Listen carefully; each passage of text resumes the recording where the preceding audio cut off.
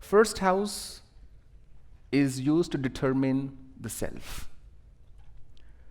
Second house, so if I go to here, so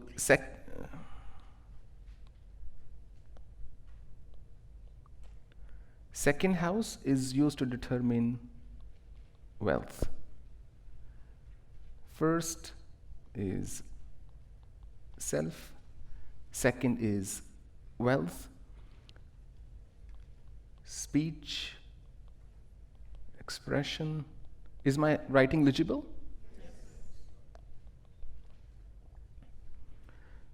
And this is not necessarily income, this is wealth, your assets, put it this way, your predominantly movable assets. It is ascertained from the second house of an individual. Now, when I talk about the term individual, the person whose horoscope you are seeing is called a jataka. Because remember, that's a person born with a certain destiny, a soul born with a certain destiny, or in English it's called a native or a subject. So when I say in this native's horoscope, that means in that person's horoscope or chart. The third house is used to see confidence,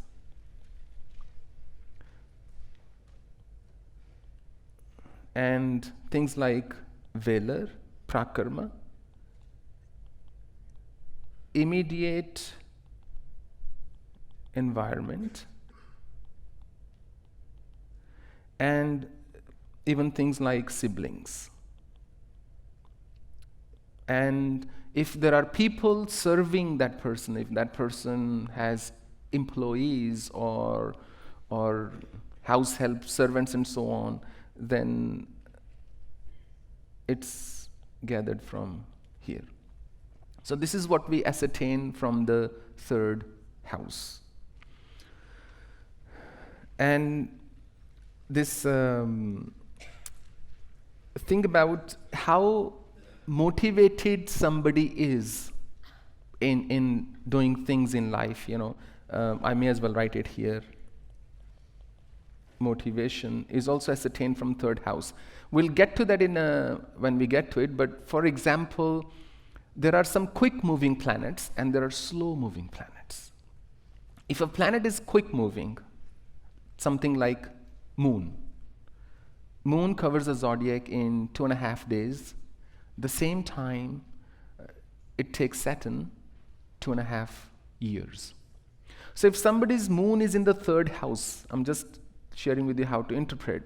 We'll say this person tends to start something with a lot of energy and vigor and enthusiasm, but they give up very quickly because moon is governing that third house. It will be hard for them to remain motivated for long periods. But if Saturn is sitting there, this person can really grind out there.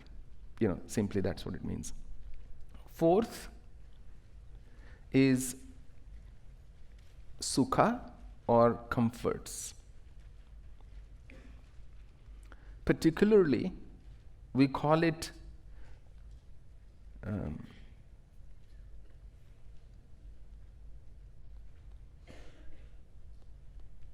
so I'll just actually write vehicle. And so when we call this thing called vahan sukh, whether this person will be materially well off, that they will have multiple vehicles at their disposal, and what kind of house they are likely to have or houses they are likely to have, and also will this benefit from brothers.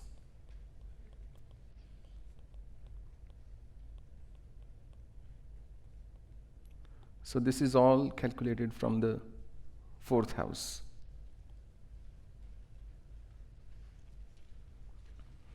And usually, even though we have taken vehicle, but mostly, with this exception, the immovable assets in a person's life are gauged from the 4th house. Now we move further to the 5th house. So from here we see one's children and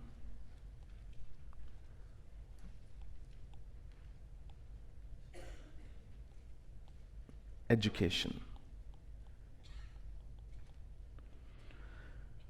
So the way astrology works is the planets, we'll get to that. If you have planets, for example, there are some planets that are masculine in nature, some planets that are feminine in nature. So when we see somebody's horoscope, some astrologers might consult the horoscope of the man and the woman. Some will only consult the horoscope of a man when it comes to finding out, for example, will this person have a son or a daughter. So if there is masculine planets, that impact is greater on the 5th house, and there is different kinds of impact, we'll get to that, then that person is likely to have a male child. If it's feminine, then they're likely to have a female child. Now, the 6th house is what we called enemies, shatru, or diseases, roga. Sometimes it's also used to calculate hurdles or obstacles. The 6th house in any particular chart.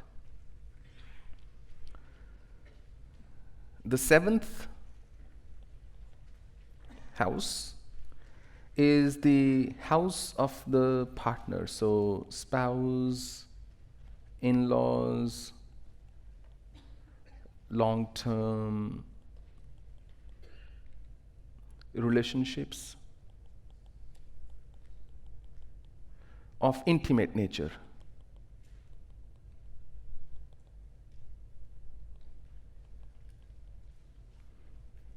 I think I'm scribbling rather poorly now. So, it's very slippery screen. So they are calculated from the 7th house.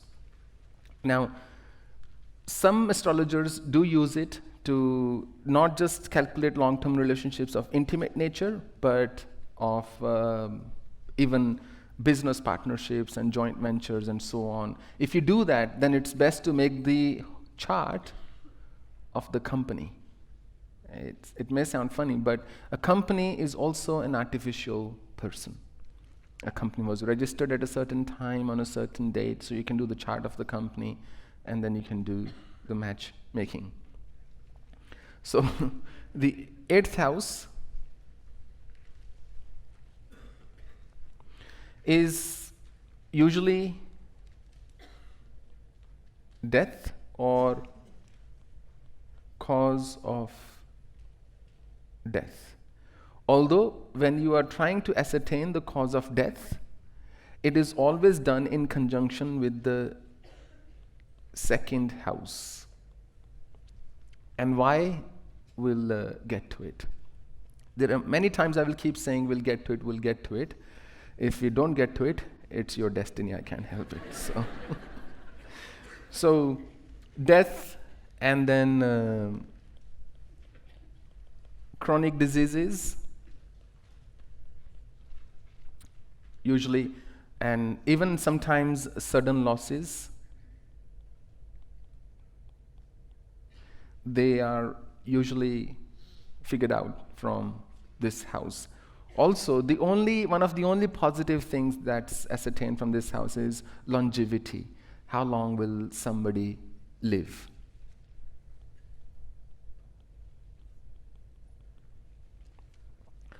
Longevity is also figured out from this house. Now, 9th house is destiny, also known as bhagya. Long journeys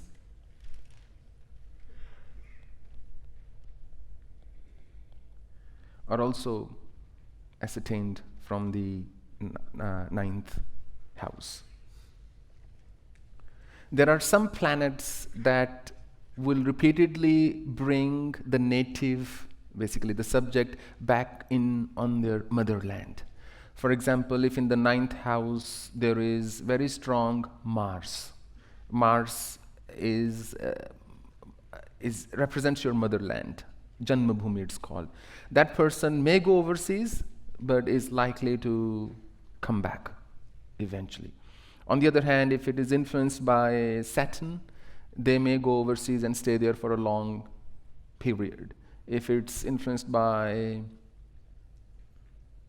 Moon, they may think they will go away for a long time, but they won't. They'll come back. And they might hop from one country to another, thinking, I will go there. They might even go buy a house there. I'm going to live here forever. But 3 months later, they may be looking for another country, another job, and so on. So ninth house is here. If somebody's Jupiter's influence is more on the ninth house, that person is going to be very religious, because that's part of their destiny. It's ingrained. You know how some people, like I am a very religious person.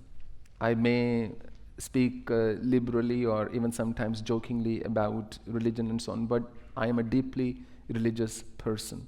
I not only believe in the existence of divine, I have felt it, seen it, and I love praying to Divine Mother. I believe in the power of prayer. I don't believe the rituals out there are complete waste. I don't believe, whether any religion, not just Hindu religion, I believe the original intent of all those religions was never to fool people. It was only ever to help them purify and be guided.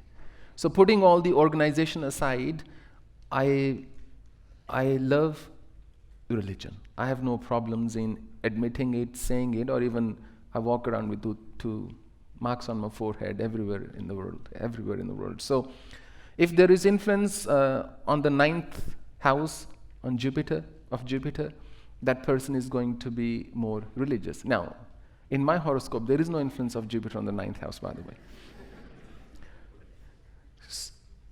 Which is to say, an interesting point. It's not that I have a certain trait and I'm now finding the answer in my horoscope. So I'm not saying, oh, see, I am like that because the Jupiter in my horoscope is looking at the ninth house or is controlling or affecting it. Although the ninth house is the house of Jupiter in my horoscope. You will know what it means later.